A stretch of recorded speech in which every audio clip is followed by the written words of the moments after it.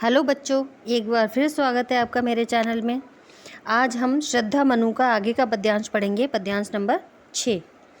कहा मनु ने नव धरणी बीच, बना जीवन रहस्य निरुपाय। एक उल्कासा जलता भ्रांत, शून्य में फिरता हूँ असहाय। कौन हो तुम वसंत के दूत, बिरस पतझड़ में अति सुकुमार। घन तिमिर में चपला की रेख, तपन में शीतल मंद बयार। चलिए शब्दार्थ देखते हैं। रहस्य माने पहेली, उल्का माने टूटा हुआ तारा, भ्रांत माने इधर उधर भटकने वाला, शून्य माने आकाश या निर्जन स्थान, बिरस माने नीरस, घन तिमिर माने गहन अंधकार, बयार माने मंद गति से बहने वाली ठंडी हवा। श्रद्धा मनु से उनका परिचय पूछती है।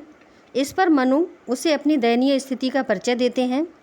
कहते हैं, कहा मनु ने नवधरणी बीच। मनु ने अपना परिचय श्रद्धा को देते हुए कहा कि नव माने आकाश और धरणी माने पृथ्वी, पृथ्वी और आकाश के बीच में इस नीरव स्थान है ना पर बना जीवन रहस्य निरुपाय।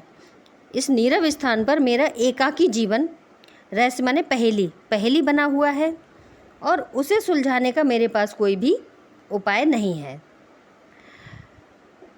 कौन एक उल्कासा जलता भ्रांत, शून्य में फिरता हूँ असहाय। मैं इस निर्जन स्थान में असहाय यानी बेसहारा होकर अपनी वेदना से जलता हुआ इधर उधर भटक रहा हूँ।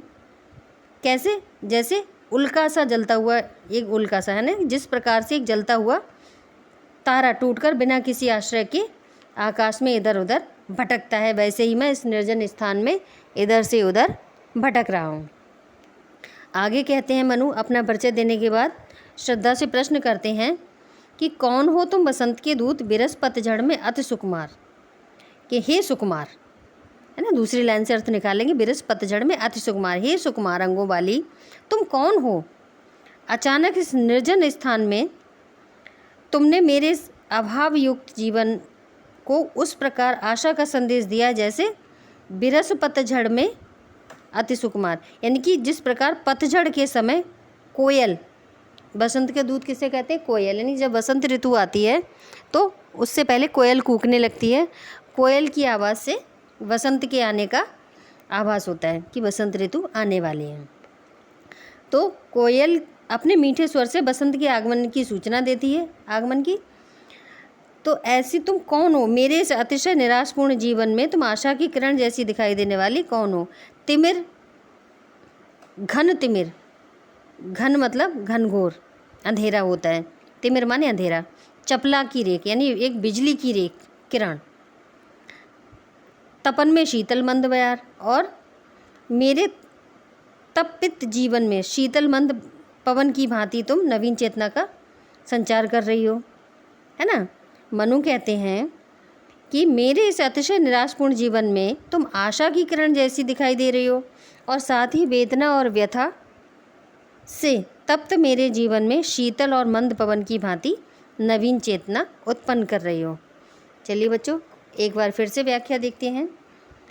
मनु अपना परिचय श्रद्धा को देते हुए कहते हैं कि पृथ्वी और आकाश के बीच में इस नीरव स्थान पर मेरा एकाकी जीवन एक पहेली बना हुआ है। उसे सुलझाने का मेरे पास कोई उपाय भी नहीं है।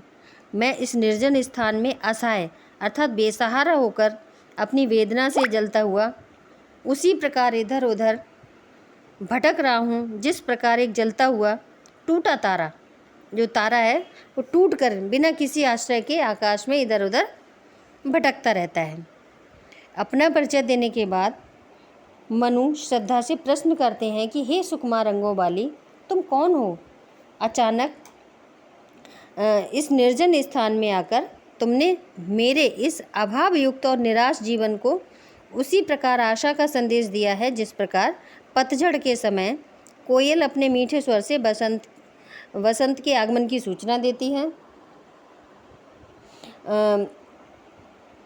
बसंत में कोयल बसंत के आने की सूचना देती है और मेरे इस अतिशय निराशपूर्ण जीवन में तुम आशा की किरण जैसी दिखाई दे रही हो।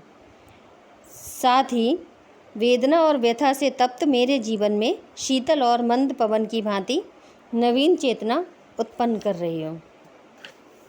चलिए बच्चों, काव्य सौंदर्य देखते हैं। टूटे हुए तारे से मनु की स्थिति की तुलना करके कवि ने उनकी निराश्रित और उद्देश्यहीन स्थिति का चित्रण किया है।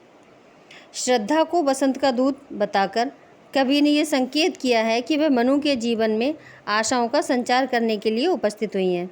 भाषा साहित्यिक खड़ी बोली, शैली प्रतीकात्मक और लाक्षणिक, अलंकार श्लेष उपमा रूपक एवं रूपक अतिशयोक्ति, रस श्रृंगार, शब्द शक्ति लक्षणा, गुण प्रसाद एवं माधुर्य, छंद 16 मात्राओं का श्रृंगार छंद। आशा है बच्चों आपको ये पद्यांश अच्छा लगा होगा, समझ में आया होगा। प्लीज़ हमारे चैनल को सब्सक्राइब कीजिए, लाइक कीजिए एंड शेयर कीजिए। धन्यवाद।